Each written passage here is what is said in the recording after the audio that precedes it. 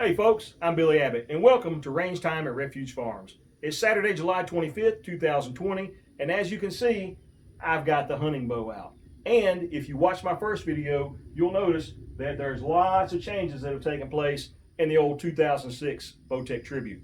Lots of new technology, and we'll see if it helps. Today we're going to do all of our shooting at 50 yards, see what kind of groups we can ring out of this bad boy. Maybe some of this new technology will help. We'll just have to see. It's a lot of changes all at the same time, but time is something we're a little limited on. Deer season is rapidly approaching. We have grass to cut, we have food plots to plant, and we're going to play first this morning and work later. So I appreciate you joining me, and stay tuned. One of the changes to my setup, as you've seen, is the addition of the HHA Sports Tetra Max tournament sight. It's highly adjustable. It has a .010 pin in it, which has helped me refine my aiming points from the .019 pin that I've been shooting forever. You can see that it has coarse and fine adjustments, a dial wheel with a variety of tapes. This one happened to work out fairly close to my setup, but I'll be changing arrows pretty soon, so the tape will be changing as well. It has the bar, which is highly adjustable, so you can move the sight in and out to get the sight picture that you like with the peep sight that you're using. So I was able to put it about the midway position, seemed to be best. It filled up my rear peep and left just a little bit of light and seemed to be the most accurate setup for me. So I'm pleased to make this change. I haven't hunted with it yet, but I look forward to putting some swine on the ground here one evening coming up soon. And we'll see how it does during deer season, which is a couple months away.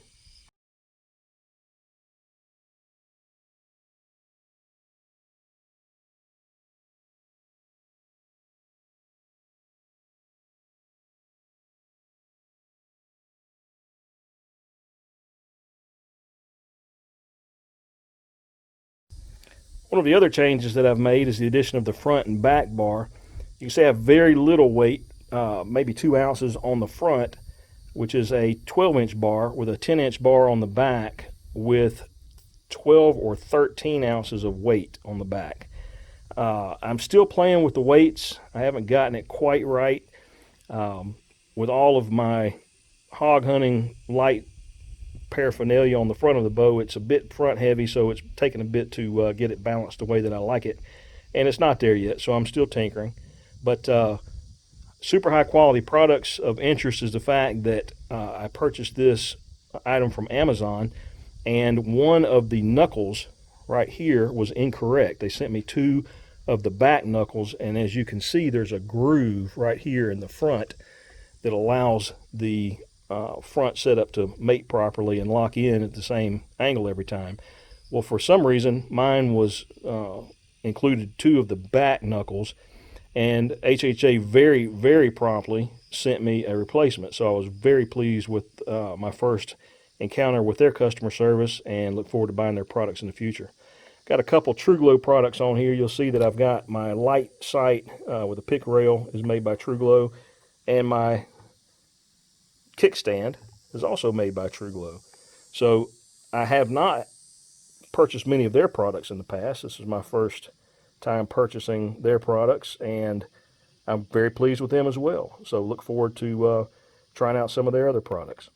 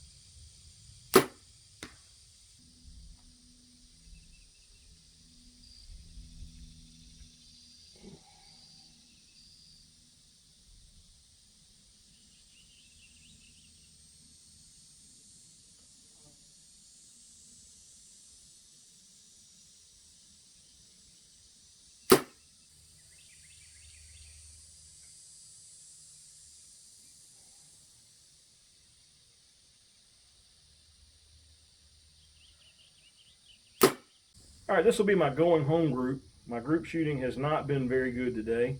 This will be group 10 or 11. As you can see, I've changed pretty much everything about my bow from the last video. I've added front and back bars by Trophy Ridge. I've left my light setup on here because it's too much trouble to take it on and off. We have such a hog problem that it needs to stay on the bow because we're doing a lot of night hunting with the bows for the hogs. I've added the Tetra Max Optimizer sight by HHA. I'm shooting a Nock to it thumb release now, which is taking some getting used to because I've shot a wrist style index finger fired release for as long as they've been out, probably 25 years. So lots of changes, and as a result of all these changes, I think that my draw length is now about a ½ an inch too long. I'm having trouble keeping the bow back at full draw. I'm right on the edge of the wall, and I'm very jumpy. It's very difficult for me to get a relaxed bow arm and stay at full draw and work through the release. So I'm probably going to have to go back to the bow shop and have a module change on the old Bowtech Tribute here. I tried shortening the draw length with the draw stops. That made the problem worse, and so I think I'm going to have to do a module change. But at any rate, to the shooting, I'm going to try shooting at the buck target this time instead of the bullseye and see if that helps a little bit. But I'm having to pull very hard against the back wall just to stay at full draw and just to aim consistently. So let's see what happens.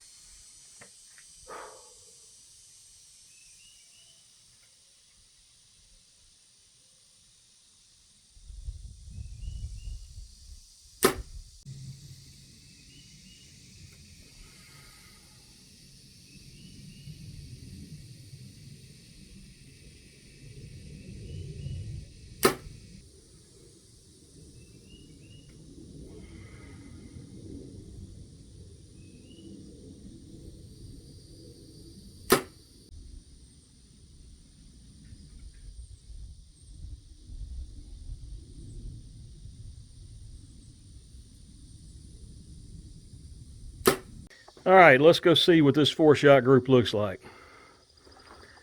I think I should have stopped at 3.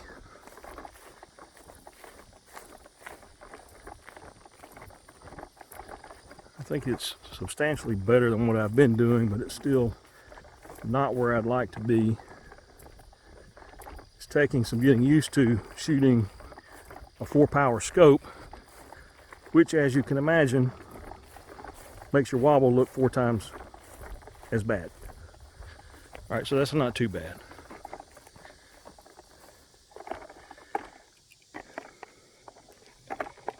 Let's see if we can get this in the frame here.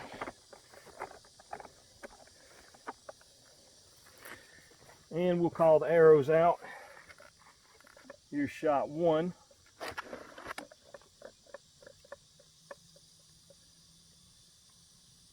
Shot 2 actually pinwheeled the aiming spot there.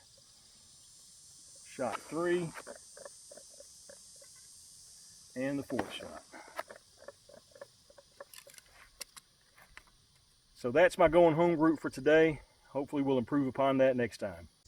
Hey folks, thanks for joining me today. I hope that you'll hit that like button, hit the subscribe button, hit the notification bell so that when I do post new content, you're notified promptly and you can tune in for whatever we have going on out here at Range Time at Refuge Farms. So again, I'm Billy Abbate. I appreciate you joining me, and I look forward to seeing you guys soon. Take care.